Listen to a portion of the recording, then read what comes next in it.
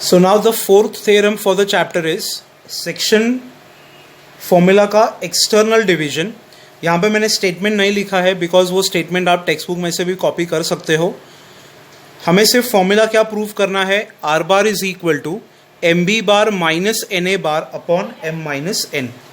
तो उसके लिए मैंने डायग्रामेटिकल फॉर्म कैसे निकाला है, ए बी सेगमेंट के एक्सटर्नल फॉर्म में ये पॉइंट आर बार आ गया, the ratio is M upon N.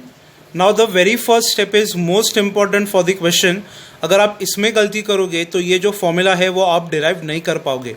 तो मैंने क्या लिखा है देखो, R A divided by R B.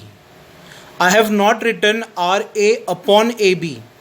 अगर मैं R A upon A B लिखता हूं इसका मीनिंग क्या हुआ, the point A divides R B internally in the ratio. But हमें ए पॉइंट का डिवीजन नहीं दिखाना है, हमें आर पॉइंट का डिवीजन दिखाना है। So I have written R A upon R B is equal to M upon N. Now when you get this equation correctly, अभी यहाँ पे आपको सिर्फ क्रॉस मल्टीप्लाई करना है। आर ए बार का एक्सपांशन आ गया A minus R B bar का एक्सपांशन आ गया बी माइनस आर। ब्रैकेट्स को एक्सपांड करो, the terms R bar and R bar they are taken on one side, the remaining two terms are taken on the R H S.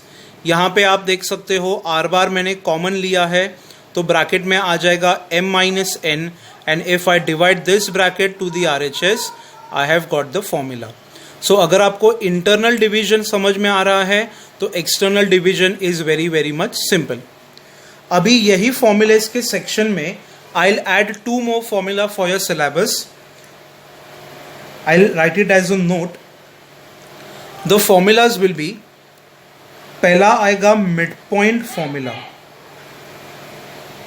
अभी mid point formula मतलब क्या, तो मान लो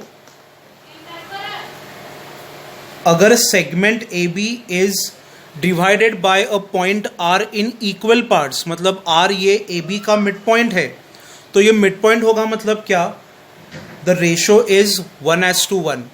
तो अभी अगर हम इंटरनल डिवीजन, हमारे पास इंटरनल डिवीजन का फॉर्मूला क्या था, R bar is equal to M B plus N A upon M plus N.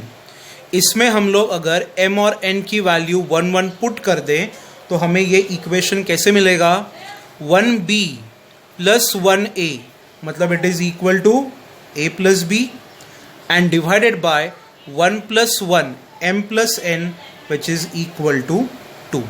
So basically this equation itself is called as the midpoint formula. तो अगर आपको कोई भी एक सेगमेंट का मिड पॉइंट दिया है तो वो mid point is nothing but equal to the position vector का एडिशन डिवाइडेड बाय 2। समझ में आ रहा है। और मिड पॉइंट फॉर्मूला जो है वो हम लोग इंटरनल डिवीजन के ऊपर से डिराइव करेंगे।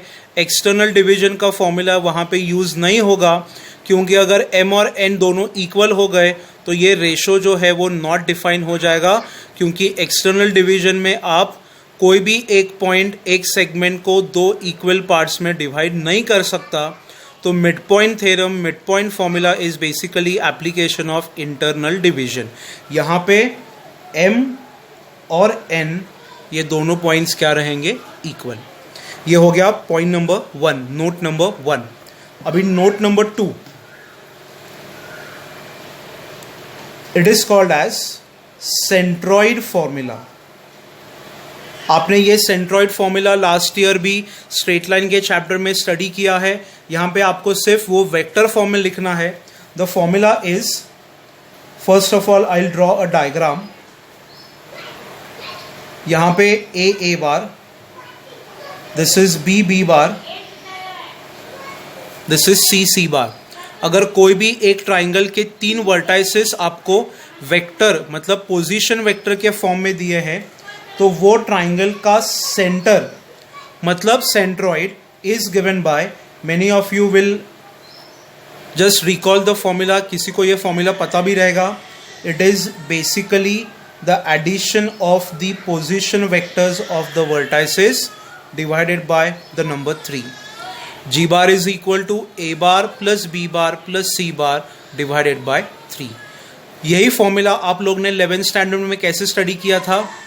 ये पॉइंट अगर x1 y1 है, ये x2 y2 है, ये x3 y3 है, तो it is x1 sorry in the part we can not have this point in 11th standard क्योंकि वो 2D था.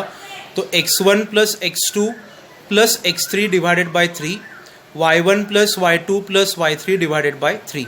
तो 3 पॉइंट्स एक ट्राइंगल के and the centroid is given by this equation. Okay, so इसके जो वेक्टर फॉर्मूलाज हैं वो मैंने आपको यहाँ पे दिए हैं. इसके जो कार्टेशियन फॉर्मूलाज हैं वो फॉर्मूलाज मैं आपको ड्यूरिंग न्यूमेरिकल सिखाने वाला हूँ. So for today you are supposed to write, understand the 4 theorems that we have solved for this syllabus, and if you have any problems you can directly message me on the WhatsApp.